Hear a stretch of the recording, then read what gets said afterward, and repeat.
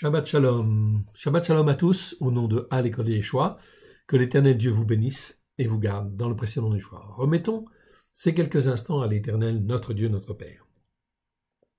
Père très saint, nous te rendons grâce dans le précieux nom de Yeshua, ton Fils bien-aimé. Nul n'est comme toi dans le ciel. Merci pour cette fête de Pâques que nous a permis de vivre. Nous te rendons grâce. Maintenant, Yeshua est ressuscité. Nous te rendons grâce dans le précieux nom de Yeshua. Étends ta main bienfaisante sur chacun de nous. Fais-nous comprendre la largeur, la longueur, la hauteur, la profondeur de ta parole, afin que nous puissions, oui, la voir dans nos cœurs et dans nos vies, à la gloire de ton saint nom. Merci Seigneur pour ces 7 semaines qui viennent, afin de préparer la Pentecôte, Shavuot messianique, à la gloire de ton saint nom. Nous te rendons grâce, parce que tu veux nous former, nous façonner, afin que nous soyons un peuple pour toi, pour te servir, te glorifier, toi le seul vrai Dieu, et celui que tu as envoyé. Aide-nous, mon Dieu, mon Père, à te faire plaisir. Nous te rendons grâce. Nous voici, Seigneur. Parle. Nous te rendons grâce. Dans le précieux nom de Yeshua, ton Fils bien-aimé. Amen. Ainsi que vous le voyez en fait à l'écran, nous sommes en fin de compte là, donc au dernier Shabbat de ce premier mois. En bas en fait à droite, vous voyez, nous arrivons donc au 16 avril 2022. Nous sommes là le 25e jour du premier mois. Okay, je rappelle que nous sommes sur le calendrier messianique du roi David. Vous le voyez en jaune, le jour précédent, c'est marqué le 24e jour du premier mois. Daniel eut une vision. Ok, donc on est passé ici. Ok, je reviens. Oui, c'est ça. Donc le 24e jour, en fin de compte, du premier mois, Daniel eut une vision. Ok, donc ça c'est très important parce que, en fait, ici, 24e jour du premier mois, chaque fois qu'on voit ce type d'expression dans les Écritures, cela fait toujours référence à un calendrier de type jubilé. Ainsi, effectivement, comme est conçu le calendrier messianique du roi David, dont Yeshua est l'héritier. Cela permet de resituer tous les événements prophétiques. Je n'ai pas encore beaucoup parlé sur ces événements prophétiques, mais ça viendra. Pour le moment, en fait, ici, nous sommes donc au dernier Shabbat de ce premier mois. C'est donc la 26e paracha, Shemini, au 8e jour. Et effectivement, donc là, nous allons donc faire l'introduction à cette paracha. Je réduis un petit peu le calendrier parce que nous voyons que c'est le premier Shabbat après la fête de Pessah, la fête de la Pâque. La Pâque et la fête des pains sans levain durent 7 jours, bien évidemment, et au milieu de ces 7 jours, enfin au milieu, dans cette semaine-là, eh bien, en fin de compte, nous avons la mort de notre Seigneur Yeshua, qui s'est offert en sacrifice, et qui est resté 3 jours et 3 nuits dans le tombeau. Il est donc en fait maintenant ressuscité, et le lendemain du Shabbat, qui suit la fête de Pessah, la fête de la Pâque, c'est ce qu'on appelle Rag HaBikurim, la fête des prémices. Fête des prémices car Yeshua est les prémices de la vie. 3 jours et 3 nuits dans le tombeau, il ressuscite et à partir du lendemain, c'est la fête des prémices. Donc une fête de réjouissance, bien sûr. J'espère que vous l'avez vécu effectivement comme tel, car Yeshua, en fin de compte, est là comme témoin pour nous montrer que l'Éternel Dieu, eh bien effectivement, est le Tout-Puissant, celui qui donne la vie, bien évidemment, et que la mort n'a aucun pouvoir, en fait, sur lui. Et tout ce qu'il y a à la mort, tout ce qu'il y a à Satan, n'a aucun pouvoir sur lui. C'est pour nous quelque chose de très important, parce que, en fin de compte, on comprend au travers de ça, que si nous sommes rachetés par l'Éternel, au travers du sang de l'agneau, rien, mon frère, ma sœur, je dis bien rien, en fait, ici, ne peut, en fait, dominer sur toi.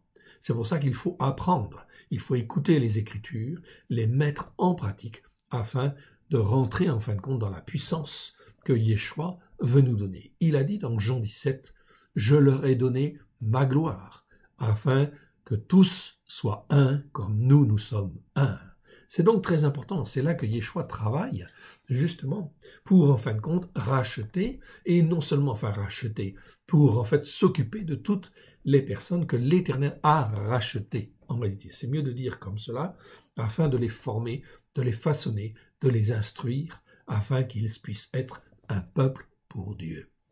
On est donc là, quelque chose dans un temps de préparation qui est extrêmement important jusqu'à la Pentecôte, jusqu'à Shavuot messianique, car à Shavuot messianique, eh bien, nous avons été préparés au travers des parachiotes, 7 Shabbats, et le lendemain du 7e Shabbat, ce sera la fête de la Pentecôte, de l'onction puissante de l'Éternel notre Dieu. Donc je vous encourage à ne pas manquer évidemment cette fête et à ne pas manquer aussi les 7 Shabbats qui en fait nous préparent à cette fête. Nous sommes là donc dans le premier Shabbat, après la fête des prémices, elle est donc très très importante. On va donc voir cette introduction ici à ce Shabbat, et en fait ici ce sera dans la continuité de ce que nous faisons, et bien effectivement ce sera en fait le chapitre 32 de Jérémie. Ce n'est pas moi qui ai choisi en fait le découpage, c'est l'Éternel qui en fait ici me l'a donné et effectivement je vous le communique et nous suivons. Et nous constatons effectivement que c'est extrêmement important car cela nous prépare en fait aux événements bien évidemment qui viennent afin de faire de nous des hommes et des femmes bien ancrés sur la Torah, les prophètes et les psaumes et ne pas faire comme en fin de compte Israël a fait, ne pas faire comme Juda en fait a fait. Ce sont là des exemples, l'Éternel ne nous a rien caché sur toutes les erreurs de son propre peuple, afin effectivement que nous ne les fassions pas et que nous tombions pas dans les mêmes pièges. C'est donc extrêmement important de bien connaître cela. Jérémie chapitre 32 est un chapitre un petit peu long, il fait 40 versets. On va le lire, on va le parcourir, je ne vais pas tout commenter, parce que ce serait un peu trop long, mais en réalité, c'est extrêmement important. Donc, le chapitre 31, comme on l'a vu au moment de la Pâque, c'est un chapitre plein d'espoir, plein de gloire. Le chapitre 32, comme je vous l'ai expliqué en fait ici, on revient en fait ici dans en fait l'attitude de reproche que l'Éternel fait à son peuple parce qu'il ne fait pas ceci, parce qu'il ne fait pas cela. Donc, il va expliquer. Écoutez. Verset 1. La parole était avec Yirmeyahu, de la part de l'Éternel, la 10e année de Tzidkiyahu, c'est Sédécias, roi de Yehuda. C'était la 18e année de Nebuchadrezzar. Nebuchadrezzar, c'est Nebuchadnezzar dans nos Bibles la plupart du temps. Mais des fois, le nom Nebuchadnezzar, ce n'est pas Nebuchadnezzar, c'est Nebuchadrezzar, en fait ici, dans la partie en fait ici, où Nebuchadnezzar est en fait celui qui est appelé pour juger, pour condamner, en fait ici, quelque part.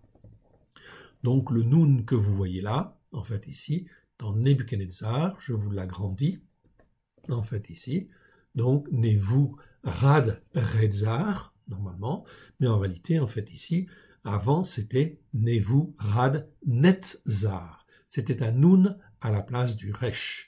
Un N à la place d'un R, on peut dire. Donc il y a des variantes comme ça dans les noms. Donc c'est typique. C'est toujours en fait un signe quelque part. Un signe d'un changement de personnalité, changement d'attitude, etc. Donc c'est un signe que l'Éternel met. Donc je ne m'étends pas trop là-dessus. On verra ça un peu plus tard. Ici, cela commence le verset en disant « La parole était avec Yirmeyahu ». Le texte hébreu dit cela. La parole était avec Yirmeyahu. Dans nos traductions, c'est marqué « La parole fut adressée à Yirmeyahu ».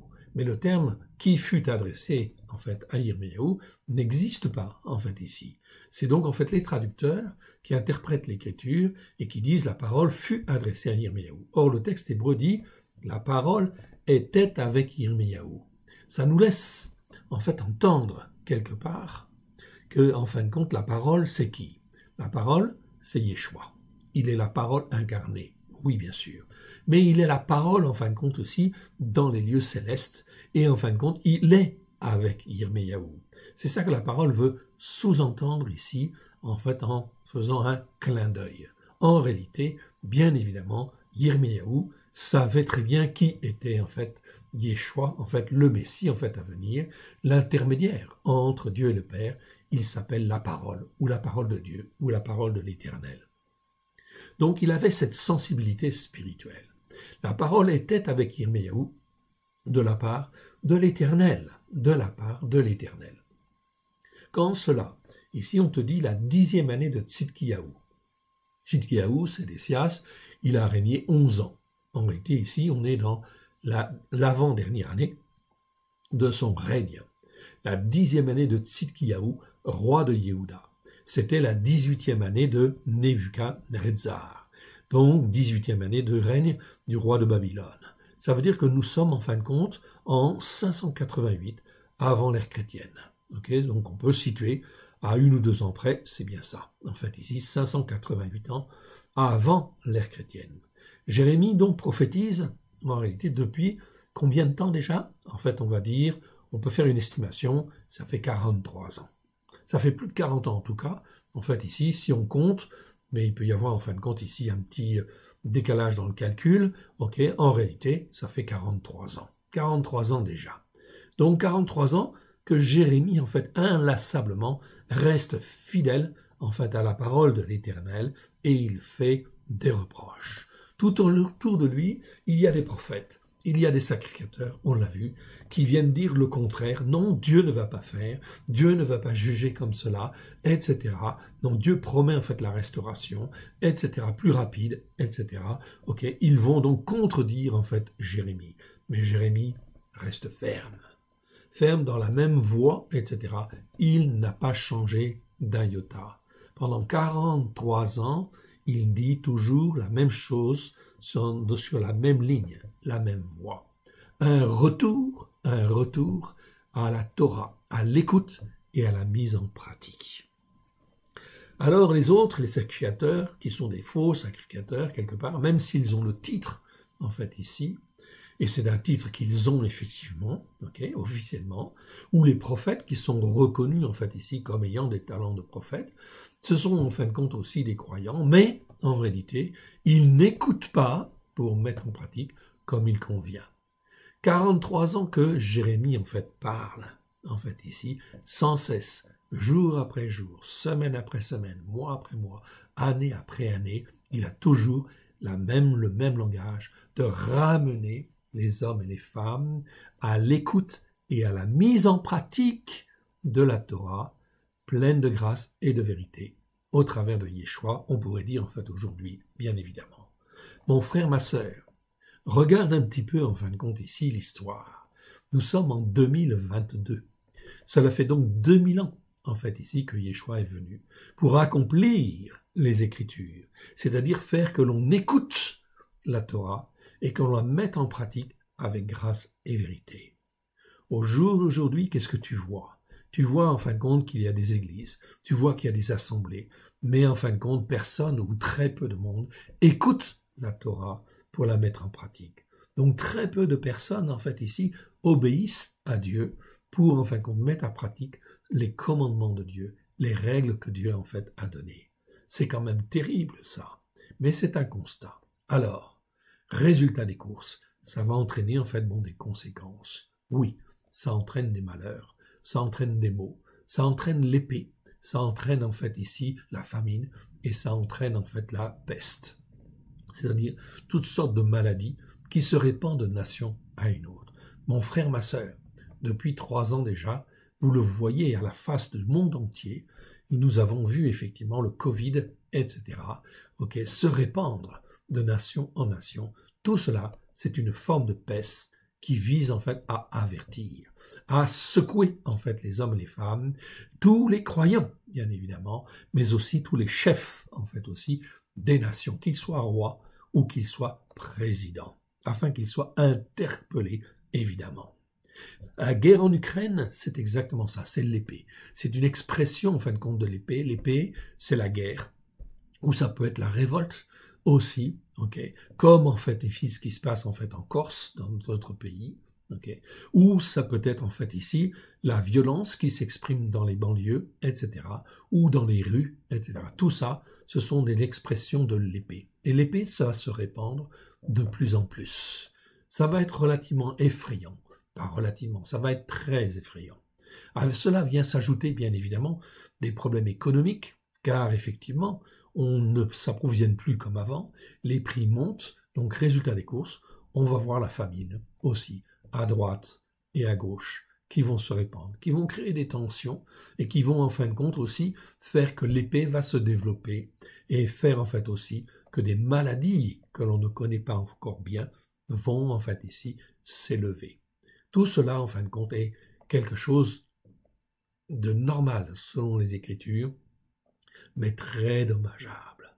Voilà pourquoi le Seigneur nous interpelle aujourd'hui afin que nous écoutions et que nous mettions en pratique avec simplicité de cœur sa parole de Dieu. Ok, la parole de Dieu à la gloire de son saint nom. Verset 2. L'armée du roi de Babel assiégeait alors Yerushalayim et Yirmeyahu, le prophète, était enfermé dans la cour de la prison qui était dans la maison du roi de Yehuda. Donc, Jérémie, il est là et il va parler. Tzidkiyahu, il est toujours en train de régner. Il lui reste en fait, grosso modo, 1 an en fait à régner, 1 an et demi. Tzidkiyahu, roi de Yehuda, l'avait fait enfermer et lui avait dit « Pourquoi prophétises-tu en disant ainsi parle l'Éternel, voici je livre cette ville entre les mains du roi de Babel, il la prendra. » Donc Jérémie était très clair, mais il était en fait un des seuls prophètes à dire ces choses-là. Tous les autres prophètes ici ont été des faux prophètes et ont enseigné le retour, bien évidemment, de Dieu, effectivement. Mais ce n'était pas, en fin de compte, ça la vérité. Jérémie, en fait, était là pour dire non. En fait, le roi de Babylone va venir, va prendre la ville, et va, en fait, emmener en captivité tout le monde. Tzidkiyahu, roi de Yehuda, l'avait fait enfermer et lui avait dit « Pourquoi prophétises-tu en disant ainsi parle l'Éternel? Voici, je livre cette ville entre les mains du roi de Babel qui la prendra. » Tzidkiyahu, roi de Yehuda, n'échappera pas aux Kasdim. Kasdim, ce sont les Chaldéens, mais c'est les Chaldéens, puissance spirituellement. C'est-à-dire que derrière, il y a des puissances occultes, bien sûr, qui sont là. Voilà pourquoi on parle des Chaldéens. Mais il sera livré entre les mains du roi de Babel, et il lui parlera bouche à bouche, et ses yeux verront ses yeux. Donc ici, Jérémie est très clair. Il dit en fait Tzidkiyahu, qui est dans sa 10e année, et bien bientôt, dans la 11e année, il va être pris, et il va être emmené en captivité par en fait le roi de Babel. Le roi de Babel emmènera Tzidkiyahu à Babel, verset 5. Et il restera jusqu'à ce que je me souvienne de lui, déclaration de l'Éternel. Si vous vous battez contre les Kasdim, vous n'aurez point de succès, dit Jérémie. Voilà pourquoi Jérémie, sa parole était dérangeante, et il est enfermé dans la cour de la prison, oui bien sûr. Alors, il est enfermé dans la cour de la prison, mais en fin de compte ici, Yirmeyahu dit « La parole de l'Éternel était avec moi pour m'expliquer. » C'est pas me fut adressé, Donc la parole de l'Éternel m'a été adressée en ces mots. Non, c'est en fin de compte la parole de l'Éternel était avec moi pour m'expliquer. Donc ça veut dire quoi? En fait ici, celui qui est intermédiaire entre Dieu et les hommes, c'est Yeshua. C'est un clin d'œil. C'est pour te dire que Yeshua, en fait ici, qui s'appelle la parole de l'Éternel, était avec moi pour m'expliquer. Donc ici, Jérémie va parler au nom de l'Éternel et va parler au travers, en fin de compte, de Yeshua. Le nom de Yeshua n'existe pas encore, il viendra par la suite. Je vous rappelle que Yeshua, ça veut dire délivrance, en fait, en hébreu. Verset 7. Voici Hananel, fils de ton oncle Shaloum, va venir auprès de toi pour te dire « Achète mon champ qui est à Anatoth, car tu as le droit de rachat pour l'acquérir. » Et Hananel,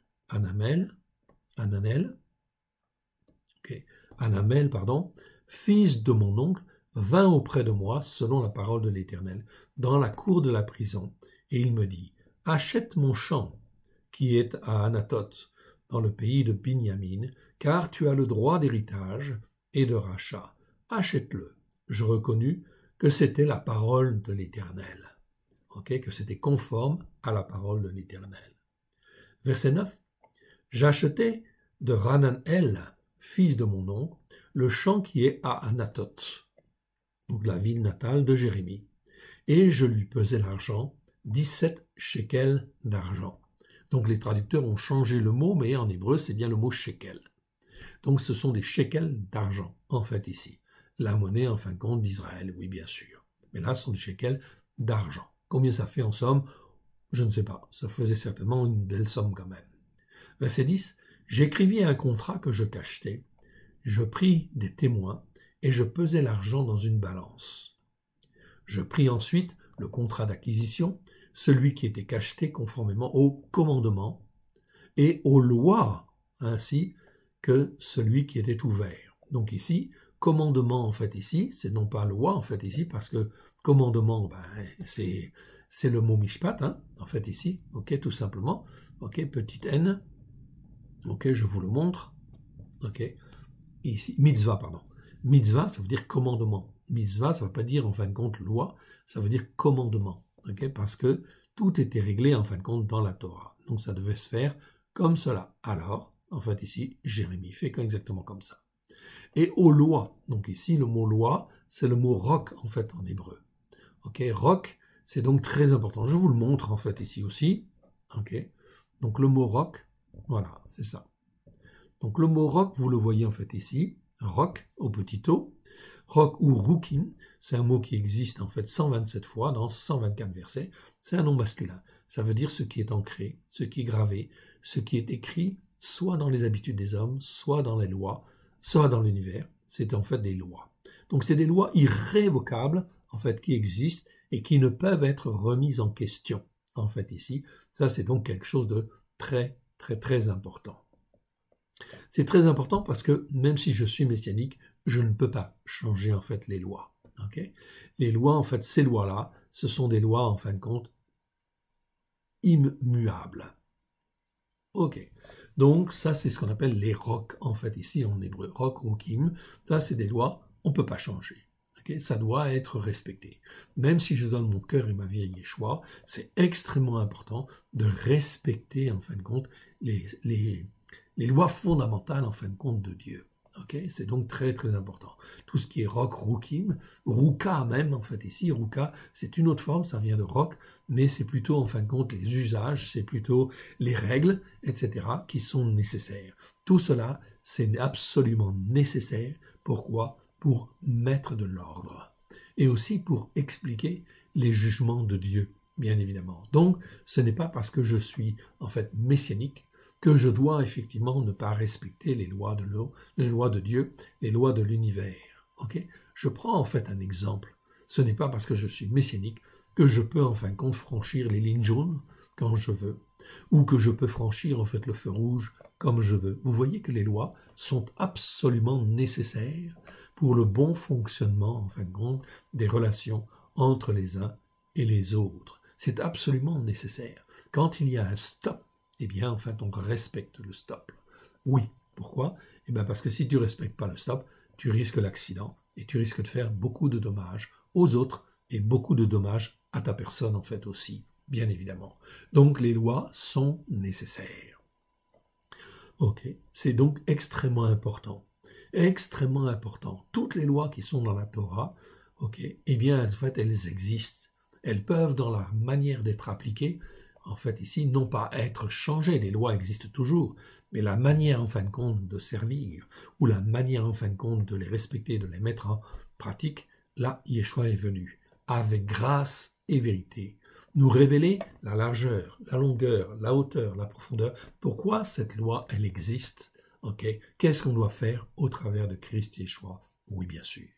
Donc, si je dois faire le Shabbat, ok, le 7e jour, eh bien ça c'est un roc, si je puis dire, c'est-à-dire une loi immuable. Donc que je sois en fait juif ou non juif, je dois respecter en fait ces lois et je dois pratiquer le Shabbat. C'est extrêmement important et fondamental, car quand je commence à respecter comme cela les lois de Dieu, eh bien Dieu le voit, Dieu regarde.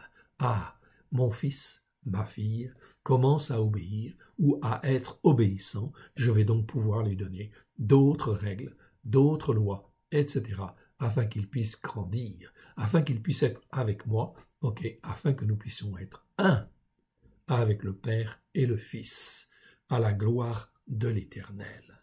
Ça, ce sont des conditions, en fait, je dirais, sine qua non, en fait, ici. C'est la base, tout simplement. On doit respecter les règles. C'est donc extrêmement important. On ne nous a pas appris ça dans les églises, on nous apprend pas, absolument pas ça. Au contraire, on nous apprend d'autres lois, effectivement. Comme le dimanche, par exemple, vous le savez très bien, mais c'est un exemple très clair. En fait, ici, qui a institué le dimanche? C'est l'empereur romain Constantin au IVe siècle. Et lui, un homme, un empereur, institue le dimanche à la place du Shabbat. Et aujourd'hui, les hommes et les femmes du monde entier, en fait ici, eh bien pratiquement font effectivement le dimanche comme jour de repos au lieu effectivement du samedi. Et résultat des courses, tous les hommes et toutes les femmes sont dans la désobéissance. Alors, c'est un choix pour nous. Est-ce que l'on veut en fait continuer à être comme cela, ou est-ce que finalement il ne faut pas revenir comme en fait les Juifs qui en fin de compte respectaient déjà ces choses-là et continuent toujours de les respecter, et ils ont raison effectivement. Voilà pourquoi ils sont quelque part ancrés, même si en fait leur esprit est aveuglé parce qu'ils ne connaissent pas Yeshua, ils ont en fait des bases qui sont en fait solides et sur lesquelles il faut revenir, car Dieu ne change pas ses lois. Donc c'est donc extrêmement important. Donc ici, je ne sais plus où j'étais arrivé, voilà, au commandement et aux lois. Voilà, verset 12. Verset 11. Je pris ensuite le contrat d'acquisition. Voilà, aux lois. Je pris le contrat, verset 11. Je pris ensuite le contrat d'acquisition, celui qui était cacheté conformément au commandement et aux lois, ainsi que celui qui était ouvert. Donc vous voyez, Jérémie, il en fait respecte tout à fait ce que Dieu dit. Et je remis le contrat d'acquisition à Baruch, fils de Néria, fils de Marseilla, en présence de Hananel, fils de mon oncle, en présence des témoins qui avaient signé le contrat d'acquisition et en présence de tous les Juifs qui se trouvaient dans la cour de la prison. Donc il est en prison, mais il peut quand même faire en fait des affaires. Verset 13. Je te donnais devant eux cet ordre, et je donnai devant eux cet ordre à Baruch. Ainsi parle l'Éternel des armées, l'Élohim d'Israël. Prends ces écrits, ce contrat d'acquisition, celui qui est cacheté et celui qui est ouvert. Donc il y avait une copie cachetée, en fait avec un cachet, donc bien fermé, et l'autre qui était ouvert. Pourquoi en fait il y en avait deux comme ça? Simplement pour éviter d'ouvrir celui qui est cacheté, et bien il y en avait un à côté qui était ouvert. Si on avait un doute, on pouvait décacheter bien sûr celui qui était cacheté. Et celui qui est ouvert est mêlé dans un vase de terre afin qu'il se conserve longtemps, afin que cela puisse servir de témoignage. Car ainsi parle l'Éternel des armées, l'Élohim d'Israël, on achètera encore des maisons, des champs et des vignes dans ce pays. Donc ici, nous sommes dans la 10e année de Sédécias, Tzidkiyahu. Le jugement va venir, Jérusalem va être détruite, d'ici un an et demi à peu près. Et en fin de compte, le Seigneur dit, mais malgré tout, eh bien en fait, on reviendra dans le pays et on achètera encore des maisons, des champs et des signes. Dieu fait un geste prophétique en fait ici, un signe. C'est ça un signe. En fait, pour dire en fait ici que Dieu va revenir en fait ici, va ramener son peuple un jour. Mais pour le moment, c'est le jugement. C'est-à-dire que Israël va être dispersé et va être détruit. Oui, bien sûr. Verset 16. Après que j'eus remis le contrat d'acquisition à Baruch, fils de Néria, j'adressai cette prière à l'Éternel. Ah, mon Adonai, l'Éternel. Donc ici, la vocalisation est un petit peu différente, mais je ne vais pas m'arrêter en fait là-dessus. Dans le texte hébreu, c'est Yeva ou Yevi, etc. Ça dépend. Tout ça, ça a des signes, mais c'est pas le moment, en fin de compte, de voir ces choses-là. Ah, mon Adonai. Ici, donc, c'est bien Adonai que je trouve devant. Donc, Adonai, c'est Adon au pluriel. Donc ici, c'est un pluriel. Adonai. Donc, mon Adonai éternel. Voici, tu as fait les cieux et la terre par ta grande puissance et par ton bras étendu. Aucune parole n'est étonnante de ta part. Tu fais miséricorde jusqu'à la 1000e génération et tu punis l'iniquité des pères dans le sein de leurs enfants après eux. Tu es le grand Dieu, le puissant, dont le nom est l'Éternel des armées. Vous voyez comment Jérémie, en fait, il parle. Il voit le désordre partout. Il reste ferme. Malgré effectivement que même les sacrificateurs, même les prophètes en fait ici, sont à côté de la plaque, eh bien il reste ferme sur la Torah les prophètes et les psaumes, mais il est en relation spirituelle avec l'Éternel Dieu. Il a une relation personnelle avec, en fait, ici, Yeshua, lui, bien sûr, afin, effectivement, en fin de compte, de maintenir aussi, son témoignage, malgré tout ce qui dérape à côté. C'est donc, en fait, un message extraordinaire et un encouragement pour nous, bien évidemment. Ce qui compte, c'est toujours la parole de Dieu. Verset 19. Tu es grand en conseil et puissant en action, dit Jérémie. Tu as les yeux ouverts sur toutes les voies des fils d'Adam pour rendre à chacun selon ses voies, selon le fruit de ses œuvres. Donc vous voyez que Jérémie ne doute absolument pas, en fin de compte, de la justice de Dieu. Verset 20. Tu as fait des signes et des prodiges. Ici, le mot hôte, c'est en fait signe. Donc dans nos Bibles, la plupart du temps, c'est aussi traduit des fois par miracle. C'est un terme catholique, en fait, ici, donc il vaut mieux l'éviter. Hôte, ce sont des signes. Tu as fait des signes et des prodiges. Donc les prodiges dans le pays de Misraïm. Jusqu'à ce jour, en Israël, et parmi les descendants d'Adam, tu t'es fait un nom comme il l'est aujourd'hui. Donc en fait ici, le nom de Dieu était connu, en fait, bien évidemment, et il était bien connu. Jérémie, en fait, ici, atteste. Oui, bien sûr, on avait une bonne connaissance, pour certains, en fin de compte, de Dieu, en fait, ici, du Fils, en fait, aussi, de celui qui était, en fait, à côté, en fin de compte, du Père, qui est appelé la parole, en fait, ici, de l'Éternel, qui est appelé la parole de Dieu. C'est lui qui est l'intermédiaire entre Dieu et les hommes. C'était comme ça hier, en fait aussi, c'est comme ça aujourd'hui, et c'est comme ça demain. Tu t'es fait un nom comme il est aujourd'hui. Verset 21, tu as fait sortir du pays de Misraïm ton peuple d'Israël avec des signes et des prodiges, à main forte et à bras étendus, par des événements grandioses et terrifiants. En fait, ici. Donc on corrige un petit peu le texte, notamment de la seconde, car au départ, nous utilisons le terme de la seconde pour des raisons de droit, en fait aussi, et parce que la plupart, en fin de compte, des gens, la seconde était une des Bibles les plus répandues. Donc on utilise, en fait, ici, cette Bible-là, que l'on corrige, en fait, ici, en fonction de l'hébreu. Verset 22. Tu leur as donné ce pays, et tu avais juré à leur père de leur donner. Pays où coule le lait et le miel. Ils sont venus et ils en ont pris possession.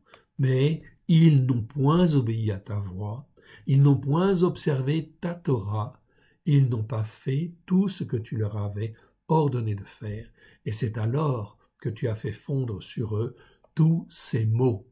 On peut dire aussi malheur, mais je préfère dire maux. Parce qu'en fin de compte ici, ra, en fait ici, c'est le mot ra, tout simplement. C'est pas ra'a. En fait, ici, ra'a, c'est mieux de le traduire par malheur, et ra, de le traduire par mot, pour éviter, en fait, les problèmes de confusion ou d'interprétation. Donc ici, c'est alors que tu as fait fondre sur eux tous ces maux. Et ces maux, c'est principalement l'épée, principalement la famine, principalement la peste, en fait, ici. Et c'est ce qui arrive dans nos pays. Regardez bien, en fait, ce qui se passe, vous le voyez vous-même, vous le sentez, en fait, vous-même, en fait, ici, la peste, elle s'est répandue avec le Covid, aujourd'hui, en fait, c'est l'épée qui se répand de plus en plus, à droite et à gauche, tout cela va monter, ça va s'accroître, évidemment, on est parti dans un processus de dégradation de nos sociétés, évidemment. Pourquoi? Parce qu'elles n'écoutent pas la parole de Dieu, parce qu'elles n'observent pas la Torah. Cela fait 2000 ans, mon frère, ma sœur, que Christ est venu sur la terre en tant qu'homme. 2000 ans que les hommes n'écoutent pas et ne mettent pas en pratique, cherchent toutes sortes, en fait, d'excuses, ou, en fin de compte, de raisons, etc., pour ne pas écouter et mettre en pratique. Mon frère, ma sœur, c'est Dieu qui a créé le ciel, c'est Dieu qui a créé la terre, et tout ce qui est sur la terre lui appartient. Mais ils n'ont point obéi à ta voix, ils n'ont point observé ta Torah, ou on pourrait dire les enseignements de ta Torah. Ils n'ont pas fait tout ce que tu leur avais ordonné de faire, et c'est alors que tu as fait fondre sur eux tous ces maux, tous ces malheurs. Donc on comprend bien, en fait, ici, ce qui est en train de se passer au niveau prophétique, au niveau mondial, mais aussi, en fait, dans chacun de nos pays. Donc oui, en France, on va avoir aussi l'épée. On va aussi, en fait, avoir des famines. On va aussi en fait avoir des pestes. Oui, c'est-à-dire toutes sortes de maladies, si vous voulez, qui viennent toucher et les uns et les autres. Tout cela, en fait, va dépasser l'homme en réalité.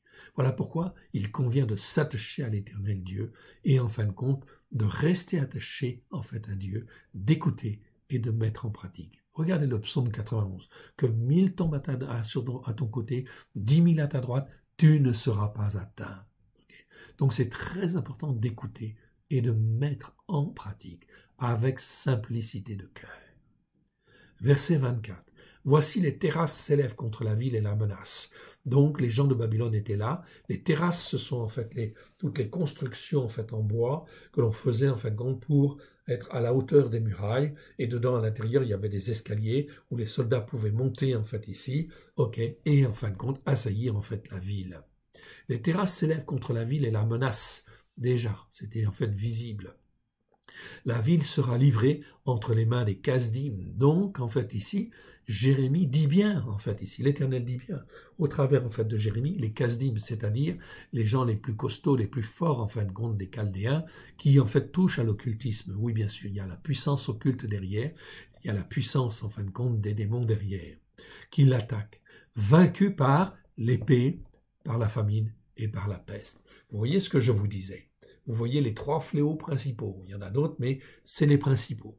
L'épée, la famine et la peste. Ce que tu dis est arrivé et tu le vois. Néanmoins, mon Adonai l'Éternel, tu m'as dit, néanmoins, mon Adonai éternel, tu m'as dit, achète un champ pour de l'argent, prends des témoins et la ville est livrée entre les mains des Kasdim. Donc ici, bien sûr, il pose quelques questions. Pourquoi, Éternel, tu me fais acheter, etc. Ça devait servir de témoignage, parce que il y aura une restauration. Mais dans la difficulté, oui, bien sûr, il faudra passer par l'épée, par la famine et par la peste. Oui, bien sûr. Donc c'est très important, afin que Dieu juge tous les hommes, en fait, ici. Donc les uns seront pour l'épée, les autres, en fait, pour la famine, les autres par la peste. En fait, ici, ils seront touchés d'une manière ou d'une autre. Ceux qui appartiennent à Dieu, Dieu va les garder. Et en fin de compte, ceux qui restent là, en fait, nous tous, qui restons bien ancrés sur les racines hébraïques de la foi, nous sommes destinés à être des témoins de la vérité. Nous ne pouvons pas contredire ou contrecarrer, en fait, ici, tous ces fléaux qui viennent. Non, le Seigneur ne nous demande pas ça. Comme il ne l'a pas demandé en fait à Jérémie. Il n'a pas dit à Jérémie, arrête ces fléaux. Non, il a dit à Jérémie, témoigne. Témoigne en fin de compte, car tout ce qui arrive vient de la désobéissance, vient de l'insoumission, en réalité, quelque part, à la Torah, pleine de grâce et de vérité. Nous sommes aujourd'hui 2000 ans en fin de compte après que Yeshua est venu.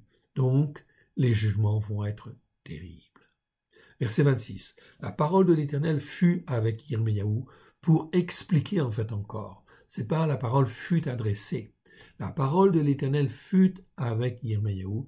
Donc on va dire Yeshua quelque part. C'est ça.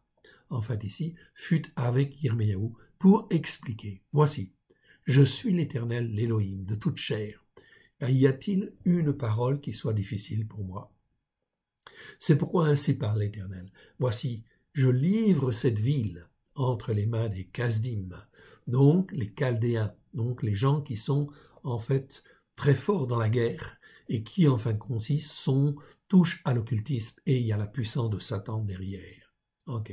Et entre les mains de Nebuchadnezzar. Donc là encore, ce n'est pas Nebuchadnezzar, c'est Nebuchadnezzar. Ici. Donc il est dans la pleine puissance de la violence et de l'occultisme en fait ici.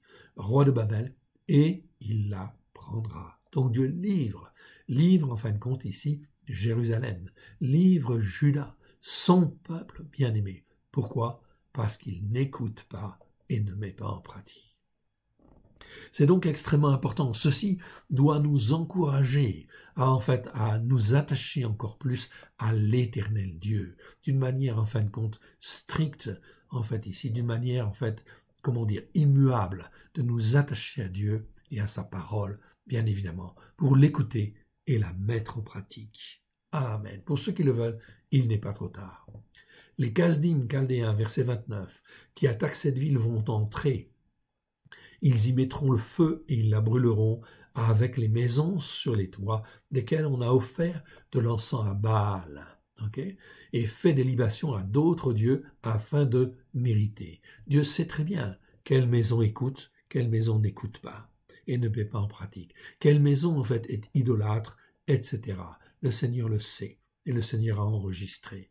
Le Seigneur, à moins qu'il y ait de la repentance, à moins que l'on revienne en fait vers lui, il est grand temps de revenir pour ceux qui veulent revenir, bien évidemment, mais il faut se caler d'une manière ferme et être attaché à l'Éternel.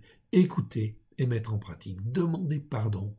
Le terme, en fin de compte, l'expression « repentez-vous car le règne de Elohim est proche », nous sommes là en plein, en fait, ici, ce message de Jean le Baptiste, bien sûr, de Yohanan Hamadbil, qui nous dit « repentez-vous car le règne de Elohim est proche ».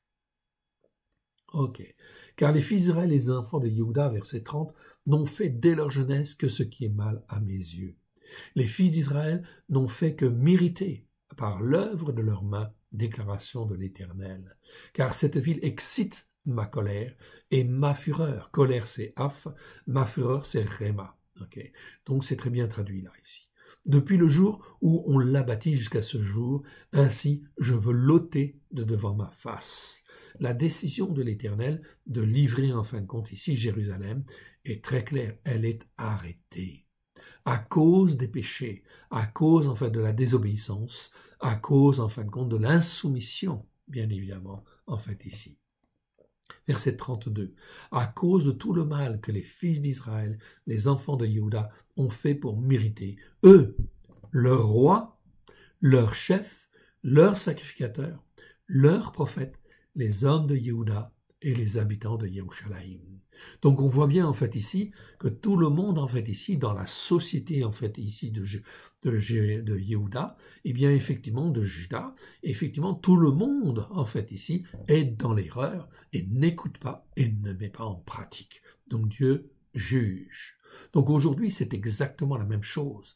Pasteurs, prêtres, autres, tous les hommes de Dieu qui n'écoutent pas en fin de compte et ne mettent pas en pratique, donc tous les prophètes, tous ceux qui se disent prophètes, tous ceux qui sont sacrificateurs officiellement, etc., qui n'écoutent pas la Torah pour la mettre en pratique, vont être jugés. Les rois et les chefs aussi, bien évidemment, aussi, ça va de soi. Et les habitants de Yerushalayim, de Jérusalem, oui, les habitants sont concernés. On est dans une période, en fait, ici, où les jugements vont venir sur tous les hommes et toutes les femmes. Nous sommes, en fait, ici, aujourd'hui, en 2022, justement, nous devons être interpellés, en fait, ici, par ce message prophétique. Cela concerne tout le monde. Les rois, donc les chefs, les présidents, les chefs, tous les chefs, ceux qui ont une autorité quelque part, tous les sacrificateurs, c'est-à-dire tous les prêtres, les pasteurs, les prêtres, et les rabbins en fait aussi, bien sûr, et leurs prophètes, les hommes de Yehuda et les habitants de Jérusalem. Verset 33. Ils m'ont tourné le dos, ils ne m'ont pas regardé. On les a enseignés dès le matin, mais ils n'ont pas écouté pour recevoir instruction. C'est terrible ça. Voilà pourquoi il faut prier. Il faut en fait jeûner, si vous voulez, pour que les autres viennent. Mais d'abord, en fin de compte, c'est sauf qui peut pour chacun, en réalité. Là donc, en fait, il s'agit de s'attacher à Dieu et de rester attaché à Dieu. Verset 34. Ils ont placé leur abomination dans la maison sur laquelle mon nom est invoqué, afin de la souiller. Le culte à Marie, c'est exactement ça, c'est de l'idolâtrie. C'est en fait un culte en fait à Astarté en réalité. Tout simplement, on est dans l'idolâtrie. Le seul en fait que nous devons prier, c'est Yeshua. C'est l'intermédiaire entre Dieu et les hommes. Il n'y a pas d'autre intermédiaire que Yeshua en fait ici. Donc c'est très important, il ne faut pas se tromper. Tout le reste, c'est de l'idolâtrie. Et on fait passer en fait cette idolâtrie justement comme des choses saintes. Mais c'est une abomination devant l'Éternel. Voilà pourquoi les jugements en fait arrivent. Ils ont placé leur abomination dans la maison sur laquelle mon nom est invoqué, afin de la souiller. Ils ont bâti des hauts lieux à Baal, dans la vallée de Ben-Hinnom, pour faire passer à Moloch leurs fils et leurs filles. Donc vous voyez, Juda était entraîné en fin de compte ici, le peuple de Juda était entraîné en fin de compte par certains à sacrifier même leurs fils et leurs filles, ce que je leur avais point ordonné et ne m'était point venu à l'esprit ou à la pensée, en fait, ici disent certains. Non, c'est lève, c'est le mot cœur. Il ne m'était point venu dans le cœur. Il faut être précis. Ici, c'est le mot lève. Lève, en fait, ici, comme tu vois, en fait, ici à l'écran, lève, c'est un mot qui existe 592 fois dans 549 versets, qui est très mal traduit. Okay. Ça traduit ce qu'il y a en fait au fond de nous-mêmes, les pensées intérieures, on peut dire ça en fait à la limite, mais c'est pas tout à fait bon, parce qu'il y a d'autres mots pour dire pensée. Ici, c'est ce qu'il y a dans le cœur, mais le cœur spirituel, le cœur qui est formé, façonné, en fait ici, soit par la tradition des hommes, soit par la parole de Dieu. Donc c'est ça qui est très important en fait ici, c'est de sentir si notre cœur à l'intérieur, il est formé, façonné comme Dieu le veut. Ce cœur, il ne peut être façonné comme Dieu le veut que si nous écoutons et que nous mettons en pratique avec grâce et vérité au travers de Yeshua, celui qui est appelé le Christ. Yeshua vient nous expliquer toute la Torah, tous les enseignements de la Torah avec grâce et vérité.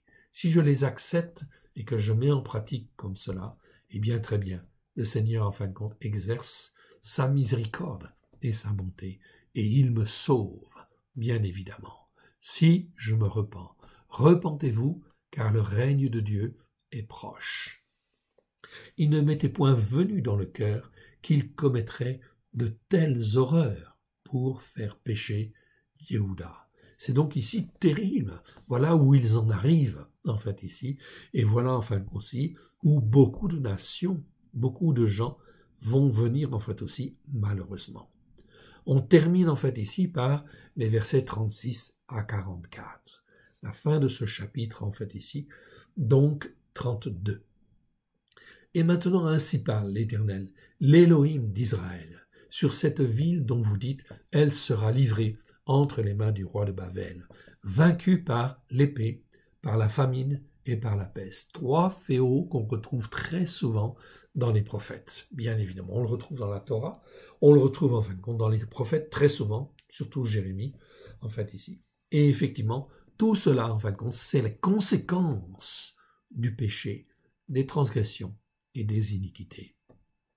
Cette ville de Jérusalem, qui en fin de compte était dans le cœur de Dieu, en fait ici. C'est une ville choisie parmi toutes les villes du monde, que Dieu avait choisie pour y faire régner son nom et montrer l'exemple. L'exemple n'a pas toujours été montré. Il y a des moments où Israël, effectivement, a rayonné parce qu'ils étaient dans l'obéissance et la soumission. Au temps de Moshe, bien évidemment, au temps de David, oui, bien sûr, donc c'est vrai. Mais la plupart du temps, après, c'était effectivement pas terrible. Donc il y a des rois qui sont revenus, Ézéchias, Josias, oui, bien sûr. Pour essayer de rattraper en fait les choses et restaurer les choses. Mais d'une manière générale, le peuple de Dieu, en fait, n'obéissait pas et ne voulait pas se soumettre. C'est toujours une question d'obéissance et de soumission. Toujours à l'Éternel Dieu.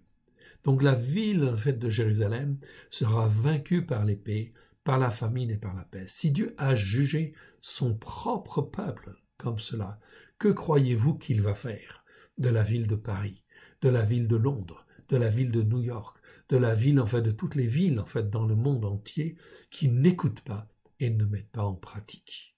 Verset 37, le Seigneur dit, en fait, ici, parle d'une restauration. Parce que Dieu est le Dieu de la vie. Il veut restaurer. Tous ceux, en fin de compte, qui vont passer par ces épreuves, Dieu va les tester.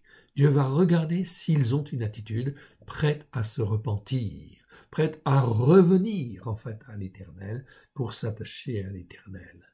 Et là, en fin de compte, il dit, verset 37, « Voici, je les rassemblerai de tous les pays où je les ai chassés dans ma colère et dans ma fureur, et dans ma grande irritation, je les ramènerai dans ce lieu et je les ferai habiter en sûreté. S'ils écoutent et s'ils mettent en pratique, s'ils se repentent. C'est pour ça que Dieu, au travers de toutes ces épreuves, va sonder les cœurs, sonder les reins. C'est une période terrible, hein? Ok. Mais on arrive dans une période de jugement. Verset 38.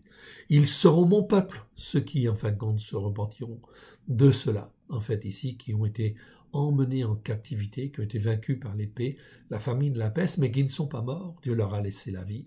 Ok. Ils seront mon peuple et je serai Elohim pour eux. Il ne dit pas je serai leur Dieu. Il dit je serai Elohim pour eux. C'est-à-dire je serai le Dieu créateur du ciel et de la terre. Celui qui est tout puissant pour donner la vie, pour restaurer, car Dieu est le Dieu de la vie. C'est lui, il veut donner la vie, mais ce qu'il demande, c'est qu'on obéisse et qu'on lui soit soumis. Et ça, c'est pas facile, on est bien d'accord. Mais il faut faire le pas. Et ça, c'est très important. Verset 39. Si on fait le pas, si on fait les premiers pas, l'Éternel dit, en fait ici, verset 39, je leur donnerai un même cœur, en fait ici. Un même cœur, c'est le mot lève, en fait ici. C'est le cœur spirituel. Donc un même cœur, ils penseront la même chose, en fait ici, les uns et les autres. Et une même voix, en fait ici, afin qu'ils me craignent, toujours pour leur bonheur et celui de leurs enfants après eux. Donc Dieu promet en fait ici une restauration à celui qui se repent, qui veut s'humilier. Je leur donnerai un même cœur et une même voix, afin qu'ils me craignent toujours pour leur bonheur et celui de leurs enfants après eux. Je traiterai avec eux une alliance éternelle. Je ne me détournerai plus d'eux. Je leur ferai du bien et je mettrai ma crainte. Crainte ici, c'est le mot yir'a, je vous le montre, ok. Yir'a, vous le voyez en fait ici, ma crainte dans le cœur, ça c'est la crainte honorable, c'est la crainte en fait respectueuse en fait ici, ok, des Écritures, de Dieu, etc., de tout ce qui touche à Dieu. C'est la bonne crainte, c'est la crainte qui était dans le cœur d'Abraham en fait ici. Abraham avait une crainte salutaire, une crainte respectueuse et honorable de l'Éternel Dieu. C'est pas la crainte qui met dans la panique ou dans la peur, non pas du tout, c'est pas cette crainte-là. Okay? Cette crainte-là, elle n'existe plus en fin de compte pour celui qui est attaché à Dieu et qui reste attaché à Dieu. Donc ici, je mettrai ma crainte dans leur cœur. Et là, vous voyez que le mot cœur, ce n'est pas le même mot que tout à l'heure. Tout à l'heure, on a vu le mot lève, vous le voyez en fait ici, lève, et ici, vous avez en fait ici un autre mot pour dire en fait le mot cœur. C'est le mot lévav. Lévav, il y a donc deux vaves en fait dedans. C'est le cœur en fin de compte, on va dire, charnel, ok, ou le cœur terrestre, en fait ici, c'est un lévav, ok, c'est un cœur qui n'est pas travaillé. Donc en fait, Dieu veut prendre notre cœur et veut le travailler pour qu'il devienne un lève, c'est-à-dire un cœur attaché à lui, qui reste attaché à lui. Donc c'est très important cette modification dans le cœur. Tout se fait dans le cœur, ok, afin qu'il ne s'éloigne pas de moi. Afin qu'il ne s'éloigne pas de moi, dit l'Éternel, en fait, ici. Okay? Donc, c'est très important. Je réduis, en fait, ici, correctement. Donc, je traiterai avec eux une alliance éternelle. Donc, c'est l'alliance au travers de Yeshua, qui existe depuis 2000 ans, déjà. Je ne me détournerai plus d'eux. Je leur ferai du bien, je mettrai ma crainte dans leur cœur, afin qu'ils ne s'éloignent pas de moi. Si, du moins, on écoute et on met en pratique. Si du moins on s'humilie et en fait on se repent, alors l'Éternel dit, je ferai une alliance éternelle, je mettrai mon esprit dans leur cœur, dans leur être, afin qu'ils soient transformés, façonnés, et qu'ils deviennent un cœur pur, un lève qui s'attache à l'Éternel Dieu et qui reste attaché à l'Éternel Dieu. Verset 41. Le Seigneur dit à ce moment-là, je prendrai plaisir à leur faire du bien. Et en vérité, je les planterai dans ce pays. Okay? Je les planterai dans ce pays de tout mon cœur. Donc ici, vous voyez que le mot cœur, c'est lève. En fait, ici, il n'y a qu'un seul vav. En fait, ici. Donc, c'est un cœur entier. Et c'est un cœur, en fait, ici, totalement sincère. Oui, bien sûr, car Dieu ne trompe pas. ok, il a un lève, bien évidemment. Et ce que Dieu veut faire, c'est nous transformer notre cœur, en fait ici, intérieur, afin que nous ayons un lève comme lui, en fait ici, qui soit façonné par sa Torah, pleine de grâce et de vérité au travers de Christ Yeshua, afin que nous puissions être un même cœur, une même âme, un même esprit, avec le Père, le Fils et l'Esprit Saint. Oui, bien sûr. Donc ici, je les planterai dans ce pays de tout mon cœur et de toute mon âme. Je vous répète que l'âme, c'est nefesh en fait en hébreu, et l'âme, c'est principalement quoi? Les cœurs au sens de la sensibilité, etc. C'est effectivement la volonté, et ce sont les pensées, en fait ici, captives à l'obéissance de Christ. Donc ça, c'est effectivement ce qu'on appelle l'âme qui ne meurt jamais, en fait ici. Nous sommes notre âme, elle est dans un corps physique, mais en fait notre âme va quitter ce corps, soit pour mourir, soit pour ressusciter, pour revêtir en fait un nouveau corps, en fait ici, incorruptible. Verset 42. Car ainsi parle l'Éternel, de même que j'ai fait venir sur ce peuple tous ces grands maux. Eh bien, on retrouve en fait le mot de tout à l'heure, malheur, en fait ici, c'est le mot ara, ra'a en fait ici, ok. Donc ici avec l'article ha devant, ok, c'est mot ou malheur, ok. Malheur ça va aussi, mais en fait les gens sont tellement habitués au mot malheur que en fin de compte ils savent pas trop bien ce que ça veut dire. Donc ici ce sont les mots. Et les mots c'est quoi? Eh bien effectivement c'est aussi principalement dans les temps qui viennent, c'est l'épée. C'est donc la dispute, la discorde dans la famille, ok, dans la ville, dans le peuple, tout ça c'est l'épée, ok. Les divisions, en fin de compte, tout ça, c'est l'épée. Ok, donc les grands mots, ok, la peste, ben, vous savez ce que c'est tout ce qui est maladie, et la famine, ben, vous savez ce que c'est aussi, c'est la privation de ceci, privation de cela, etc. Et c'est en train de venir, oui bien sûr. De même, je ferai venir sur eux tout le bien que je leur promets. L'Éternel Dieu, donc ici, promet une restauration à celui qui écoute et qui met en pratique, qui se repent. Verset 43.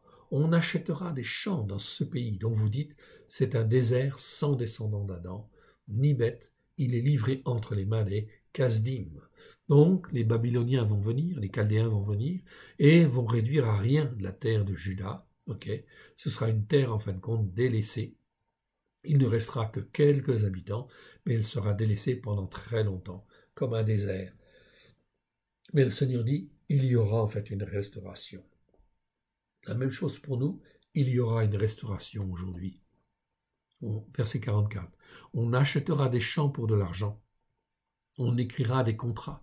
On les cachètera. On prendra des témoins dans les pays de Benjamin et aux environs de Yerushalayim, dans les villes de Yehuda, dans les villes de la montagne, dans les villes de la plaine et dans les villes du Midi, car je ramènerai leurs captifs, déclaration de l'Éternel.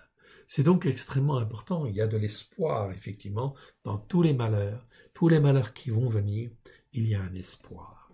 Si on écoute et on met en pratique les commandements de Dieu, on se soumet à Dieu et qu'on écoute et qu'on met en pratique la Torah, pleine de grâce et de vérité, au travers de Yeshua. On va terminer par une petite prière, d'encouragement, afin que le Seigneur puisse nous fortifier les uns et les autres à la gloire de son saint nom. Merci, mon Dieu, mon Père, de ta bonté.